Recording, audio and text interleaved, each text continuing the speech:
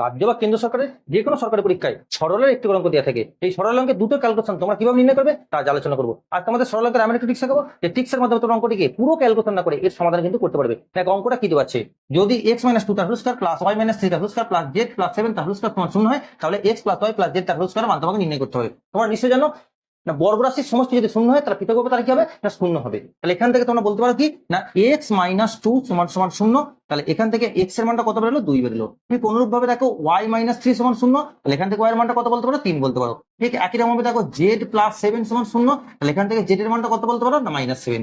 এবার তোমাকে নির্ণয় করতে বলে যে x plus y plus z তার হোল স্কয়ার, এখানে মানগুলো বসিয়ে দাও, x এর জায়গায় 2, y এর জায়গায় 3 এবং z এর জায়গায় -7 তার হোল স্কয়ার করো। 2 আর 3 যোগ করলে 5, 5 থেকে 7 বিয়োগ করলে কত আসে -2, তার স্কয়ার করো না, মাইনাস স্কয়ার প্লাস 2 স্কয়ার করলে 4 আসে, যেটা তোমার আছে অপশন সি এর মধ্যে। তাহলে এই অঙ্কটা তোমার যদি উত্তর, তাহলে এই অঙ্কের উত্তর কত হবে তোমার উত্তর কমেন্ট বক্সে জানাও। ভিডিওটি ভালো লাগলে লাইক করো এবং এই জাতীয় নিত্য নতুন ভিডিও টিপস পেতে অবশ্যই চ্যানেলটিকে সাবস্ক্রাইব করো।